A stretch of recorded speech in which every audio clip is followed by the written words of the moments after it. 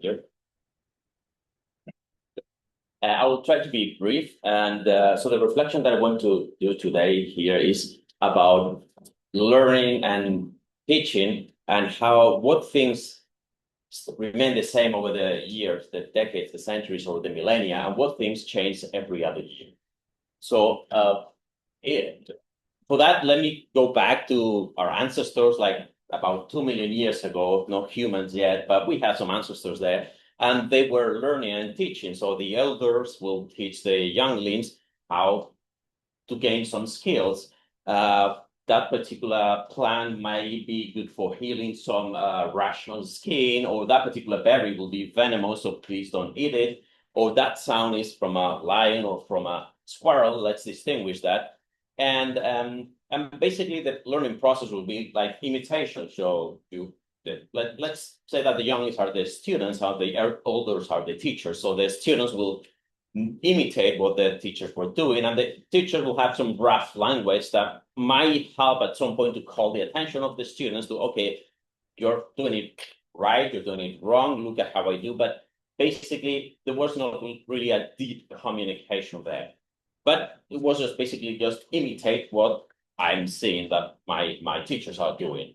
Now, if we move forward something like 100,000 years ago, it seems that we had a well-developed language, and that really made a leap because then you could explain things in detail and go to the reason why you're doing things. So, and guide the student more into how to learn to do things, but also why you're doing that. So you could really work on the critical thinking of that learning process. So that really helped a lot to improve how the students were learning. And from there, we go like about 5,000 years ago, give it or take, where we had writing. So that was a fantastic new tool technique that they could use for the learning process. So they even did, so just by teaching them to read in principle, that's all they needed to do. So I teach you how to read, and then you read this text, and then you learn everything else. But they still needed teachers to know what texts were useful and to see what texts they had to be reading when and where and why. And most importantly, to work on to engage the student into the critical thinking of the learning process. And all that was a huge leap, because then learning so far had been just one generation. So we learned from the previous generations. Once they're dead, that's it. The information has gone unless I have learned that. But now with the writing, you could learn from teachers far away in time and space. So that was a huge leap. That was a good tool for the teachers to use to teach the students.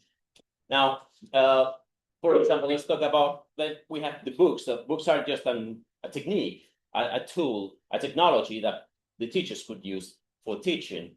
Printing, of course, printing was a huge leap, because then that generalized the access of books to most teachers all over the world, and those teachers could use the thoughts and all the critical thinking of other writers back in several centuries ago, and far away, like in 1,000 kilometers away, they could use those techniques and tools to teach. Of course, now we go to the 19th and the 20th century, we have radios and we have TV, and at some point we can learn from people all over the world, and we can also gain more information about the nuances of the sound, and we can learn things that we wouldn't be able to learn otherwise, because if we have to explain how's the sound of a specific animal or how a specific plant looks, if we don't have that plant or the animal, then how do we explain that to a student? Well, now we have new tools, but we still need teachers that are going to be able to select which videos and what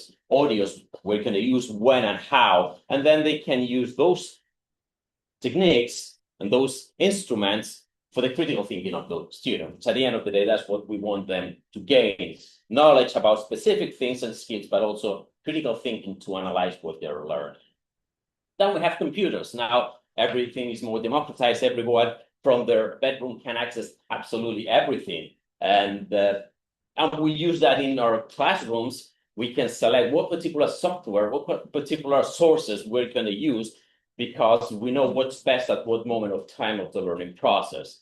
And of course, we have the internet and mock and say, well, with these mocks now, I don't need a teacher because I have to teach online. Well, yeah, but those courses, so those are good tools and techniques that we can use in the classroom. But at the end of the day, we need somebody that is going to engage face to face, like this human interaction that we actually need for the learning process and to work on those critical thinking skills. And now we have AI, so we can sit with ChatGPT and ask questions and ask how to solve this particular equation. And I can use it to my learning process, but as a student, because if I'm a student, I don't exactly know where I'm going. I might not be going in the right path, but as a teacher, if I know exactly what the student needs to be learning, then I can use this AI for the benefit of the students, because I can select what particular exercises and assignments and activities I can propose to the students to use that AI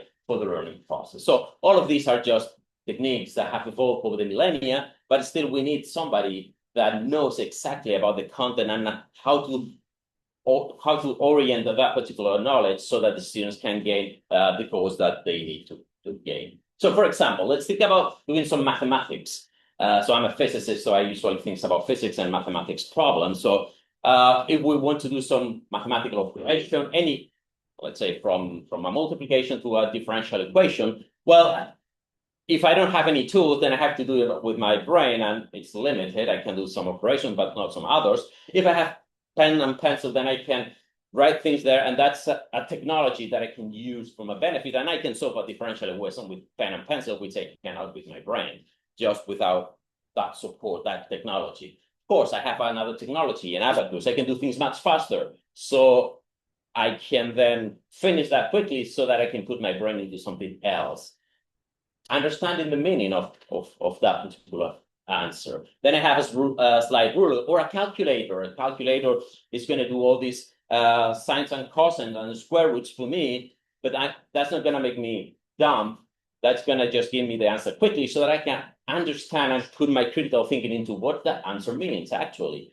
And we have computers. Now I can type a code, and then I can use Python or MATLAB and say, okay, I'm going to write this to solve this differential equation.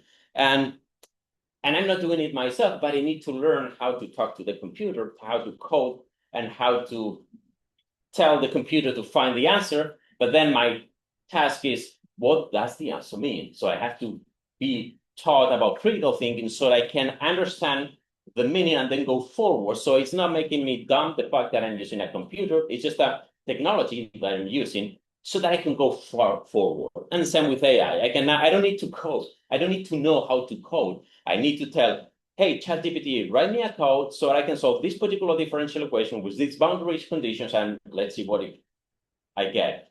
Well, I can do that, and then I have to understand if ChatGPT is doing it properly, because it's not always doing it properly. Sometimes it will give me a result that I don't understand. So I have to understand that I have to learn enough so that I can test that answer is correct. And then what does the answer mean? What's the meaning of all of that? That's what I'm going to put my brain into. Nothing to do so these calculations that a machine can do for me, but what's the critical thinking about the answer?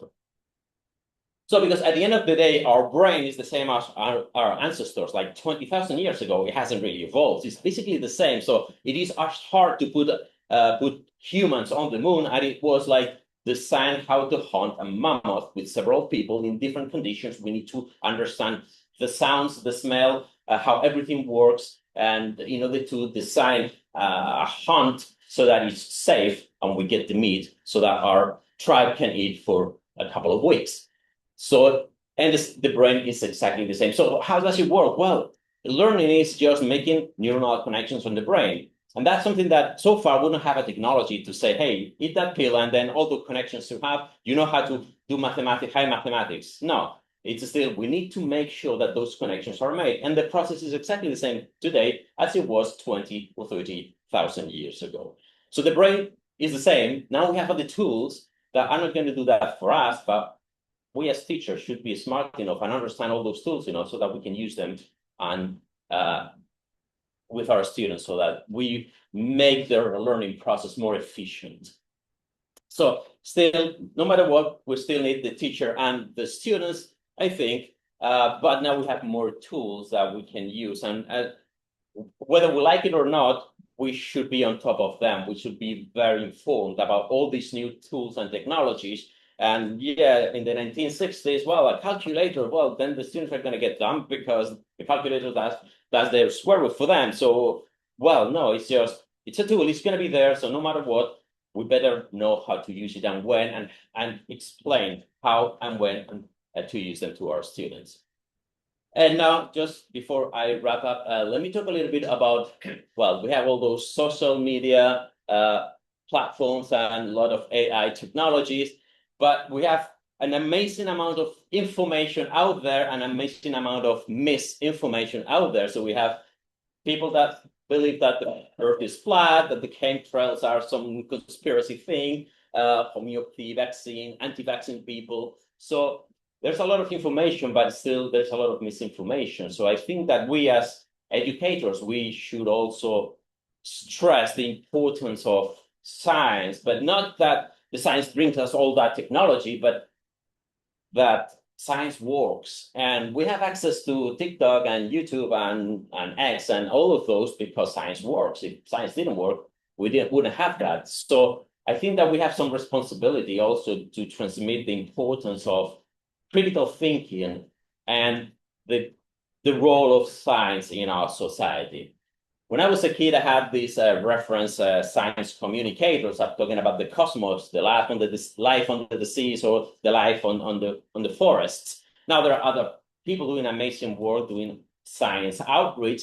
I think we also have some responsibility in the sense that, well, we don't need to open a YouTube channel, each one of us, to do outreach, but at least that we need to put some stress when we teach science to communicate to our students the importance of fact-based conclusions of fact-based science so that they don't fall into those pseudoscience concepts that then have an impact and have economical impact on our society. So I would like just to wrap up by saying that we have come a long way as a species, and learning from a teacher has made us stand here where we are. We as educators have a responsibility to our students, but also to society. And we need to adapt to the times evolve, and we need to adapt to them. But we should retain the practices that continue to make the teaching effective, which basically is the human contact that is necessary for the primitive brain that we have to learn in an efficient manner. Thank you for your attention.